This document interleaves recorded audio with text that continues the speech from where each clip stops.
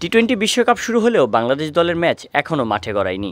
নিজেদের প্রথম ম্যাচে আগামী সোমবার শ্রীলঙ্কার বিপক্ষে খেলবে টাইগাররা। তার আগে ম্যাচ ভেন্যুতে গতকাল বুধবার অনুশীলন সেরেছে বাংলাদেশ দল।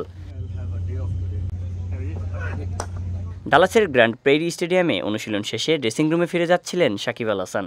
সেখানে থাকা উপস্থিত সাংবাদিকদের সঙ্গে কথা বলতে গিয়ে খানিকটা রসিকতা করে সাকিব বললেন, আমরা তো মায়ের দোয়া টিম হয়ে গেছি, দোয়া চাওয়া বন্ধ করে দিয়েছি। মূলত বাংলাদেশ দলের দোয়া চাওয়ার একটি ভিডিও সামাজিক যোগাযোগ মাধ্যমে বেশ পরিচিত।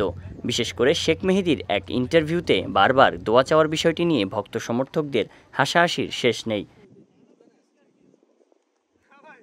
বিশ্বকাপের আগে বাংলাদেশ জাতীয় দলের পরিস্থিতি অবশ্য খুব একটা ভালো না। দলের টপ অর্ডারের ৩ নির্ভরযোগ্য তারকা লিটন দাস, সৌম্য সরকার এবং অধিনায়ক নাজমুল হোসেন শান্ত তিনজনই আছেন অফ ফর্মে। ইনজুরিতে পড়া শরীফুল ইসলামের খেলা নিয়েও আছে প্রশ্ন। এমনকি সাকিব আল হাসান নিজেও ভুগছেন তার ব্যাটিং নিয়ে। প্রস্তুতি ম্যাচে বোলিং পারফরমেন্সটাও নিশ্চয়ই নিজের কাছে ভালো লাগেনি সাকিবের। এমন অবস্থা নিয়েই আগামী ৮ তারিখ ভোরে শ্রীলঙ্কার বিপক্ষে মাঠে নামবে টাইগাররা। সাব্বির হোসেন সায়ন, বিজয় টিভি, নিউজ ডেস্ক।